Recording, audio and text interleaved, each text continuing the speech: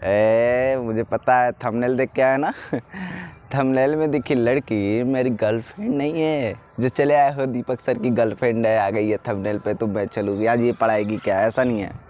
देखो थंबनेल पे इसलिए लगाया है कि वही है जो तुमको अट्रैक्ट कर रही है, वह है जो तोरी ज़िंदगियाँ खाएगी, वही है तोरी ज़िंदगियाँ जो खा जाएगी। और सुनना लड़की यदि हो तुम ना, तो मैं ये बता रहा हूँ हम जैसे लवंडे तुम्हारी ज़िंदगियाँ खा जाएंगे। ज़रा ध्यान रखना, कभी खूबसूरती को देख करके उसके पीछे ना भाग जाना, गड़बड़ा जाएगी ज़िंदगी, बहुत गड़बड़ा जाएगी, बहुत अंदर चली जाएगी। आइए समझते हैं और ध्यानपूर्वक आज के इस वीडियो को समझते हुए सवाल लगाते हैं। किस प्रकार के ऐसे सवाल आज देखने वाले हैं जिसमें जो इलेक्ट्रिक फील्ड लाइनें यदि किसी 3D सरफेस से होकर के गुजर रही हों, उस समय जो हमारी टोटल इलेक्ट्रिक फील्ड लाइन कितनी फ्लक्स में कन्वर्ट होगी, उससे आज समझने वाले हैं। 12th का ये lecture number 9 chapter number 1 electric charge and field का बहुत ही इंपॉर्टेंट टॉपिक। चलिए शुरू करते हैं। तो सबसे पहले हम यहाँ पे हेडिंग लगाते हैं electric flux. Electric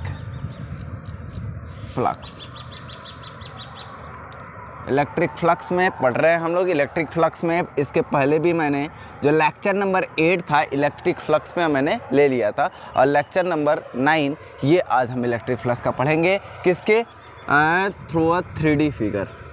3D figure में ये यदि 3D कोई हमारी सरफेस रहेगी तो उससे होकर के कितने हमारे फ्लक्स बनने वाले हैं, आइए समझते हैं।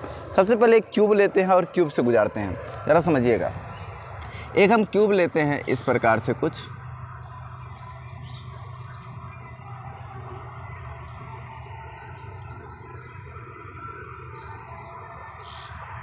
ये एक क्यूब है।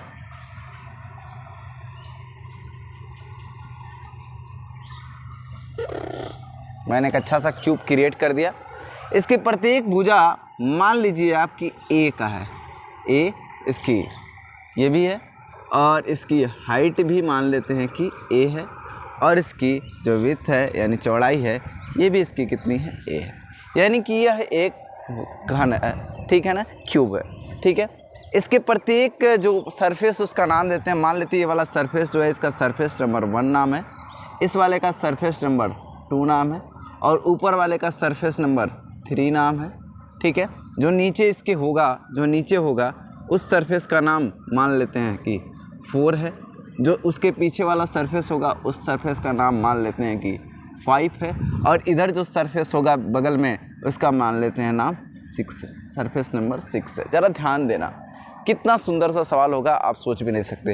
ये सरफेस 1 के थ्रू हम कुछ इलेक्ट्रिक फ्लक्स को इन कराएं, इस सरफेस के थ्रू मान लेते हैं यहीं से इलेक्ट्रिक फ्लक्स कुछ इन कराते हैं, इसी से इलेक्ट्रिक फ्लक्स कुछ इन कराते हैं, कुछ इस प्रकार से इलेक्ट्रिक फ्लक्स इसके अंदर इन करता है। तो ये इलेक्ट्रिक फ्लक्स जो है ऐसे सीधे सीधे जाएगा और पीछे से ऐसे निकलेगा कि नहीं निकलेगा?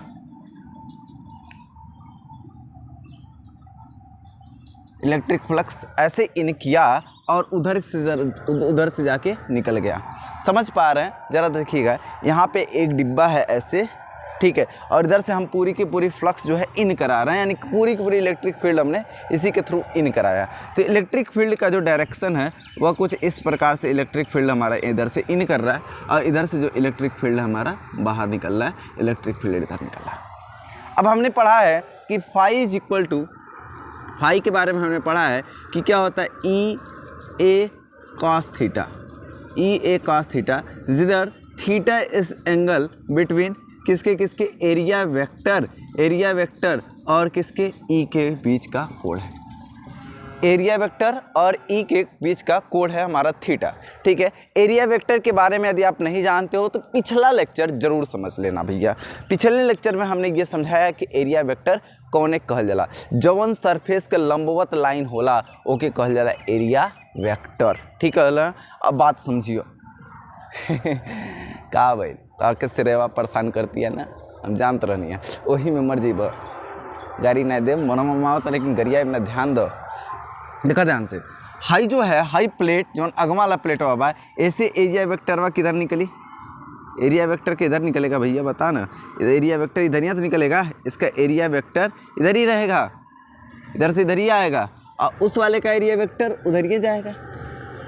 अरे जो सरफेस है उसके लंबवत लाइन है एरिया वेक्टर, जो इधर वाला सरफेस को इधर वाले का सरफेस जो इधर है तो इसका एरिया वेक्टर इधर रहेगा, ठीक है। उधर वाले का एरिया वेक्टर किधर रहेगा, इधर ही रहेगा एरिया वेक्टर। ऊपर वाले का ऊपर जाएगा एरिया वेक्टर, ठीक है। और नीचे वाले का एरिया वेक्टर किधर जाएगा, नीचे जाएगा। यदि हम फाई की वैल्यू निकालें, यदि कहें फाई 1 यानी कि सरफेस नंबर 1 से जो हमारा ई ए कास थीटा होगा कितना होगा, तो कहेंगे सर ई ए कास थीटा। तो ई तो ई रहेगा ही रहेगा, ई तो ई रहेगा, है ना। के क्यू अपान आर स्क्वायर वो तो रहेगा, ठीक है।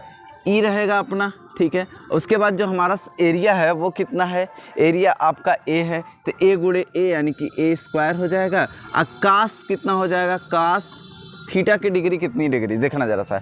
ई गया उधर और एरिया वेक्टर आया इधर, तो जरा देखना ई उधर और ये एरिया वेक्टर इधर, नहीं समझ में आ रहा है। ई हमारा इधर गया है और एरिया वेक्टर इधर गया है, तो दोनों के बीच का कोण कितना हो गया, 180 डिग्री। तो यहाँ पे कितना लिखेंगे, 180 डिग्री। आकाश 180 डिग्री की वैल्यू माइनस होती है, -1 होती है, मतलब ई ए स्क्वायर हमारा फाई 1 की वैल्यू हो गई। यदि फाई 2 की वैल्यू निकाला जाए तो वहाँ पे भी लगाएंगे हम लोग ई ए कॉस थीटा, ई ए कास थीटा लगाएंगे। ई की वैल्यू ई रहने दो, ए स्क्वायर का ए स्क्वायर रखने दो। अब दूसरे वाले का देखो, एरिया वेक्टर किधर गया, इधर, और ई किधर गया, इधर। देखना जरा सा, एरिया वेक्टर गया इधर और ई किधर गया, इधर। एरिया वेक्टर इधर, ई इधर, इनके बीच का कोण 90 डिग्री। तो यहाँ पे जैसे ही कास 90 डिग्री रखेंगे तो कास 90 डिग्री की वैल्यू 0 हो जाती है, तो ओवरऑल वैल्यू क्या हो जाएगी, 0। फाई 2 की बात, फाई 3 की बात करें तो क्या होगा, फाई 3 एरिया वेक्टर कहाँ है, ऊपर, और ई कहाँ गया, इधर। तो दोनों के बीच का कोण कितना हो गया, 90 डिग्री। तो ये भी फाई 3 भी क्या होगा, 0। फाई 4 की वैल्यू कितना होगा, ज़रा समझिएगा। फाई 4 कहाँ गया, फाई 4 नीचे है ना, देखना एरिया वेक्टर ई हमारा गया इधर और एरिया वेक्टर किधर, नीचे। तो देखो ई इधर और हमारा एरिया वेक्टर नीचे, तो बीच का कोण कितना, 90 डिग्री। तो वैल्यू क्या हो जाएगी, 0। फाई 5 की बात करें तो क्या होगा, फाई 5 उधर है, एरिया वेक्टर भी उधर ही है और ई भी उधर ही है, तो थीटा कितना है यहाँ पे, 0 डिग्री है। तो लिखेंगे ई ए कॉस 0 डिग्री। तो क्या हो जाएगा, ई ए स्क्वायर और 0 डिग्री कास 0 डिग्री की वैल्यू क्या होती है, 1 होती है, तो वही हो गया। ऐसे फाई 6 की बात करें तो एरिया वेक्टर उधर और ई हमारा इधर, तो बीच का कोण 90 डिग्री। तो यहाँ पे भी 90 डिग्री होगा, वैल्यू हो जाएगी 0।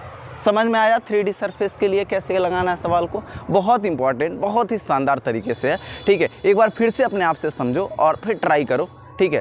ज़्यादा नोट कर लो, इसे आगे चलते हैं फिर।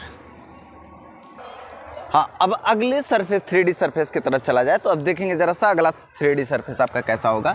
जैसे देखिएगा कि मान लेते हैं कि हमारा 3D सरफेस कुछ सिलेंड्रिकल आकार का ले लेते हैं, तो सिलेंड्रिकल आकार का 3D सरफेस ले लेते हैं। यहाँ पे सिलेंड्रिकल आकार का 3D सरफेस और ये हमारा क्लियर है, सिलेंड्रिकल आकार का हमारा 3D सरफेस हो जाता है, ठीक है।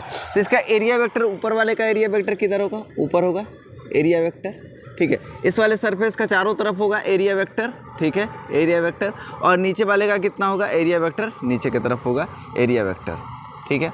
अब हम जो हमारी इलेक्ट्रिक फील्ड है वो किधर से गुजारते हैं, इस पे डिपेंड करेगा कहाँ कहाँ हमारा फाई मिलेगा और कहाँ कहाँ फाई नहीं मिलेगा। तो ज़रा समझते हैं, मान लेते हैं हम इलेक्ट्रिक फील्ड जो है इधर से इधर गुजर रहा है।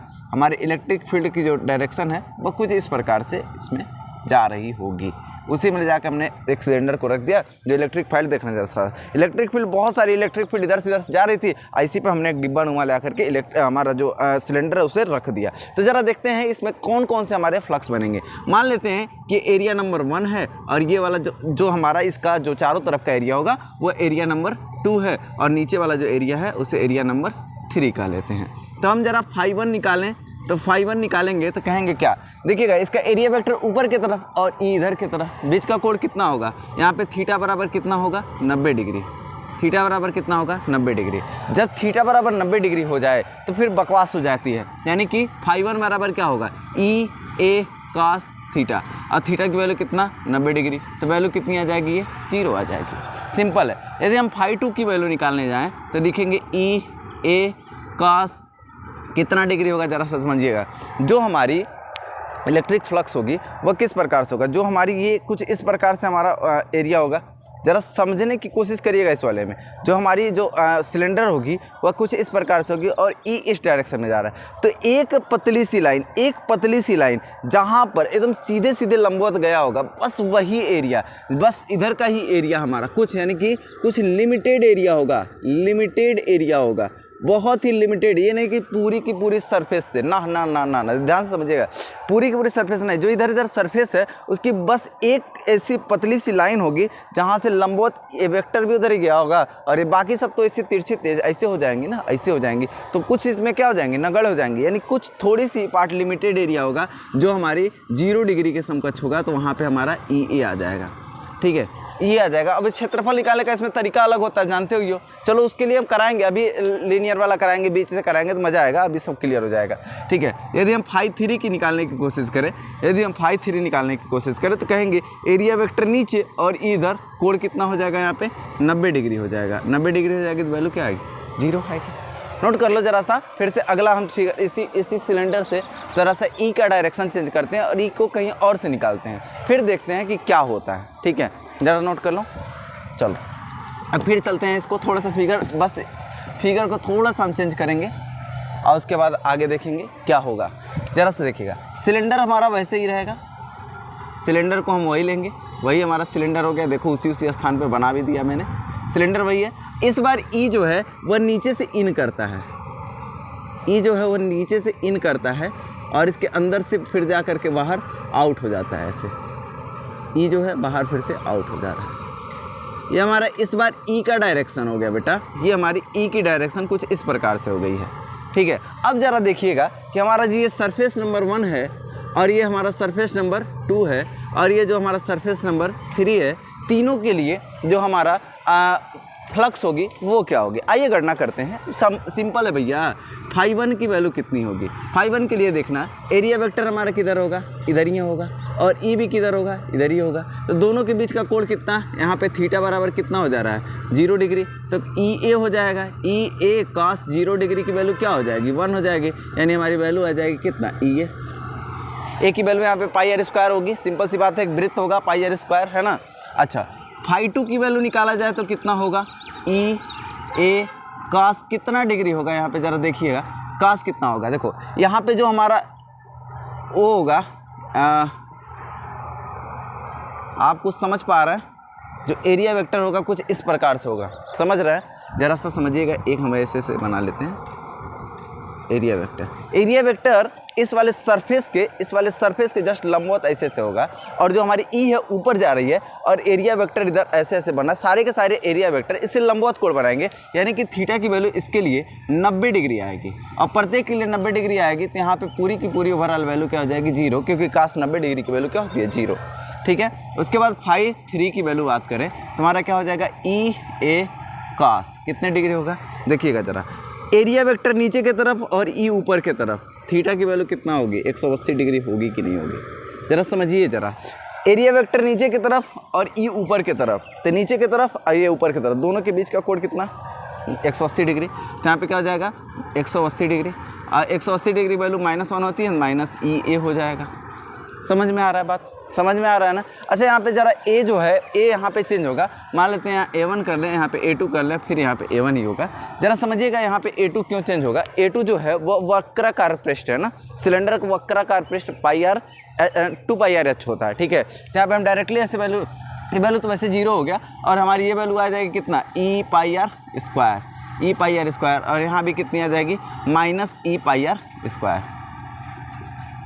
ठीक है, ज़रा देख लिए, समझ में आ गया 3D फिगर से किस प्रकार से फ्लक्स हम निकाल रहे हैं, ज़रा नोट कर लीजिए इसको। अब थोड़ी सी कुछ ऐसे भी 3D फिगर्स आएंगे जिसके लिए आपका दिमाग चकरिया जाएगा, घूम जाएगा। ठीक है, उसके लिए हम गाउस लॉ का प्रयोग करेंगे, उसमें जो इसमें दिमाग चकरिया जाता है उसके लिए है बना गाउस लॉ, जो अगले लेक्चर में हम कवर करने वाले हैं गाउस लॉ। आज के लेक्चर में बस इतना ही, 3D सरफेस से कुछ ऐसे फ्लक्स निकाले जिसकी वैल्यू हमने समझ में आ गया। और मुझे अब ऐसा लग रहा है कि आप लोगों के सामने यदि कोई 3D सरफेस रख देगा और पूछेगा उससे कि निकलने मिलने वाली टोटल इलेक्ट्रिक फ्लक्स की गणना करो तो आपकी सवाल अब फंसने वाली नहीं है। आप चीज़ों को समझ गए होंगे। अगर अभी भी नहीं समझ पा रहे हो, अभी भी मैं फिगर बनाने में असफल हूँ, तो आप दोबारा एक बार इसको रिवाइज करो, या मैं खुलेआम कहता हूँ भैया दूसरे टीचर से भी आप जरा सा समझ लो यदि कोई दिक्कत हो रही है हमारे फिगर से समझाने में। तो और ऐसे भी मैं दावा करता हूँ पूरी यूट्यूब फैमिली में कोई भी इतना बेहतरीन फिगर के माध्यम से इन चीज़ों को नहीं समझा सकता। डी.टेक दीपक पटेल के अलावा यहाँ पे कोई नहीं है। मैं खुला चैलेंज करता हूँ, ठीक है ना। तो आप आपके ऊपर है, जैसा मन कर वैसा पढ़ो। लेकिन वैसे जो 3D फिगर के मैंने तीन चार एग्जांपल लिया है, उस एग्जांपल्स के तहत आपके 3D फिगर से सवाल नहीं फंसने वाले हैं। लेकिन कुछ बदलते हुए सरफेस के लिए, लाइक एक कोई गोलाकार है तो उसके हर सरफेस पे, जैसे मैंने लिया ना कि ये वाला रहेगा, तो इसके जब ऐसे निकालेंगे गुजरेंगे तो बहुत सारे सरफेस होंगे ना, तो जो इधर वाला होगा, इधर वाला एरिया वेक्टर होगा और इधर होगा, तो यहाँ पे कुछ एंगल बनने लगेंगे। तो उस एंगल पे हम समाकलन करके कई चीज़ें करेंगे, तो उसके लिए